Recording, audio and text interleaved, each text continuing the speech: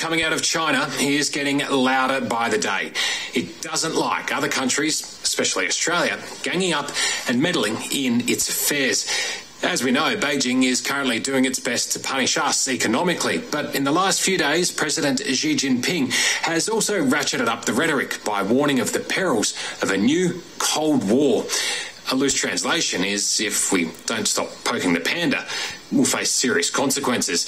Now, it's worth taking that threat seriously because Xi controls the largest military force in the world, and as one of his supporters cautions tonight, the cost of conflict with China could be Armageddon. It's a prospect as terrifying as it is unthinkable. A military showdown between two nuclear-armed superpowers, the United States and China. A conflict that could reshape the world order. Is Australia vulnerable at the moment? Australia is monstrously vulnerable at the moment. We have this naive faith that American military power is infinite, and it's not. Tonight, leading minds on the looming war with China. It's going to be waged on an economic front. It's going to be waged on a social affairs front. They're going to come at us all ways. How likely is it? How prepared are we? And at what cost for us and the world?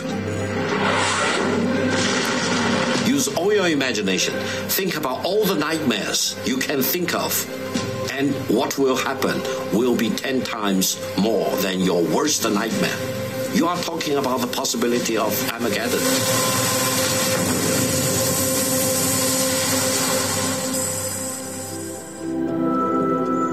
Taipei is a modern metropolis, capital of Taiwan, an island half the size of Tasmania, yet home to a population just about the same as all of Australia. The trigger point for conflict with China, if it comes, is right here. Why do you think people in Australia should care about what's happening in Taiwan right now?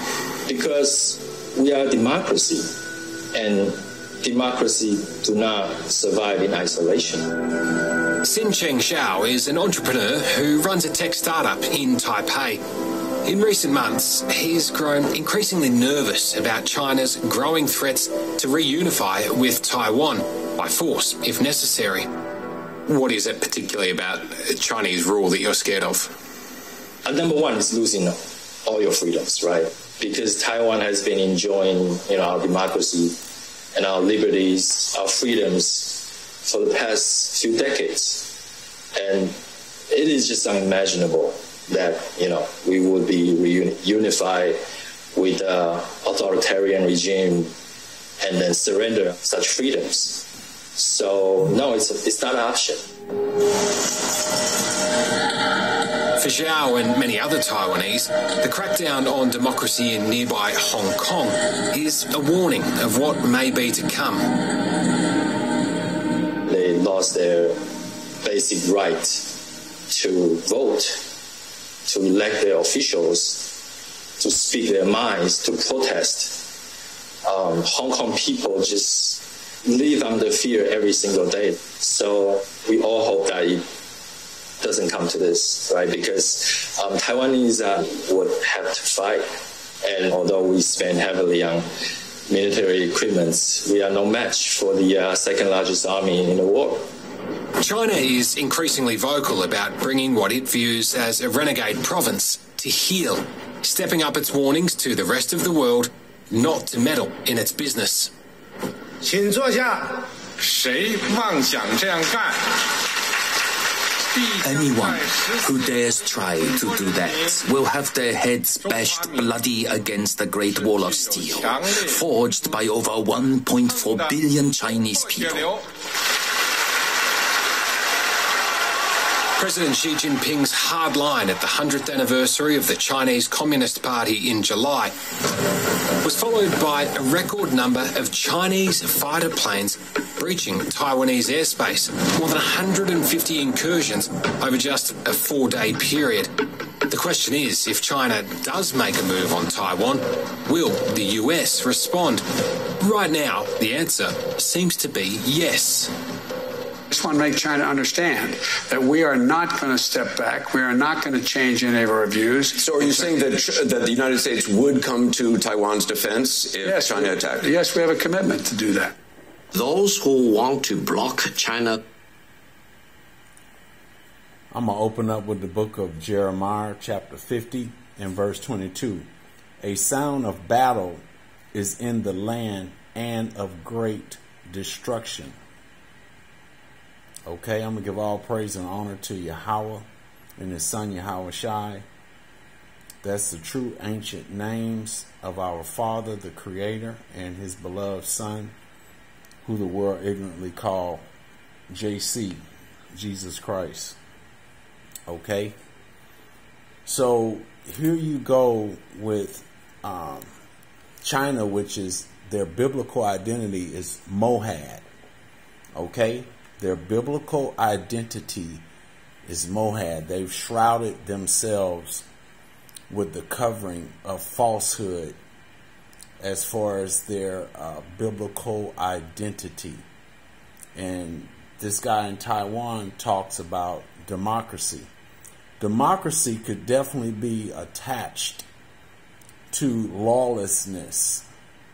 You see, that's what they don't want. They don't want a regime to come in to tell them what to do, and ultimately that's why Yahushua is coming back to set his laws in his new world order.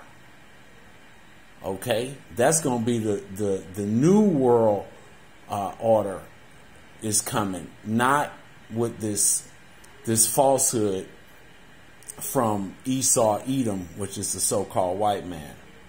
Okay, and that democracy is attached to envying the devil.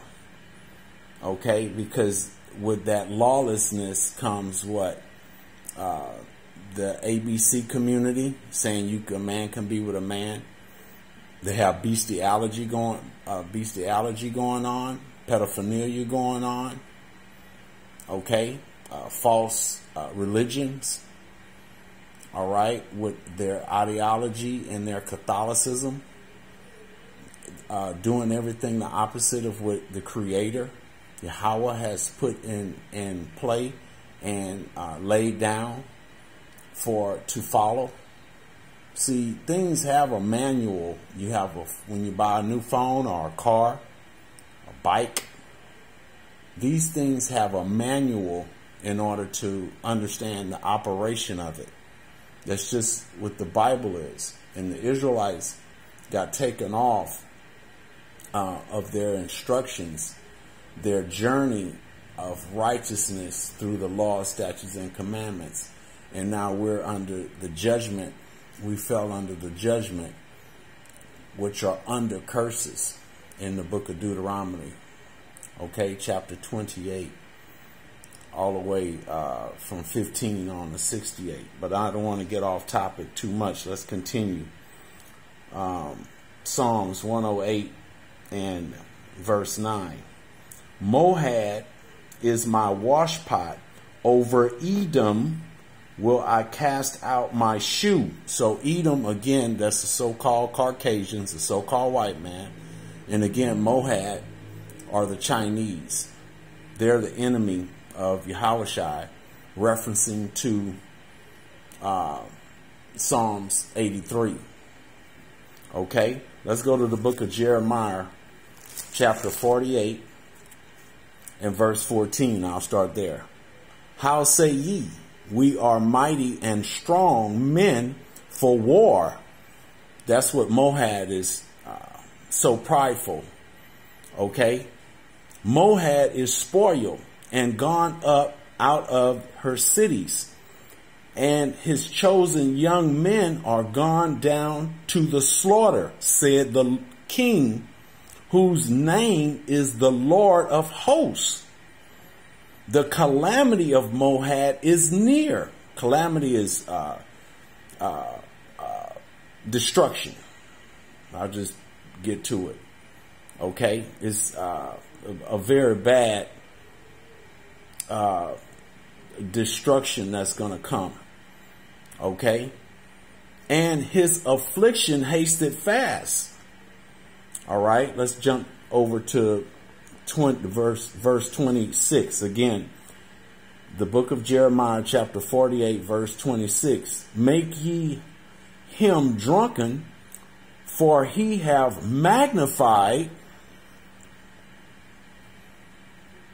He have magnified himself against the Lord. Moab also shall wallow in his vomit. That's his pride. And he shall also be in derision. Okay, let's jump to 29. We have heard the pride of Moab. He is exceedingly proud. His loftiness and his arrogance and his pride and his haughtiness of his heart. I know his wrath, said the Lord, but it shall not be so. His lies shall not so affect it. Let's go to the book of Isaiah, chapter 34, and let's read. The book of Isaiah, chapter 34, and I'll read. And then I'll end it there. Come near, ye nations, to hear, and hearken, ye people. Let the earth hear, and all that is therein, the world and all things that come forth of it. For the indignation of the Lord is upon all nations, and his fury upon all their armies. He hath utterly destroyed them. He hath delivered them to the slaughter. Their slain also shall be cast out, and their stink shall come up out of their carcasses, and the mountains shall be melted with their blood. And all the hosts of heaven shall be dissolved, and the heavens shall be rolled together as a scroll. That's that those thermonuclear warheads. And all their hosts shall fall down as the leaf falleth off from the vine, and as a falling fig from the fig tree. I'm going to end it there. Okay. And I'm going to thank the Heavenly Father for our Yahweh and Yahweh Shai, for our brothers, our apostles, elders, and teachers that's going out throughout the earth, teaching with truth and sincerity. Okay? And I'm going to say shalom.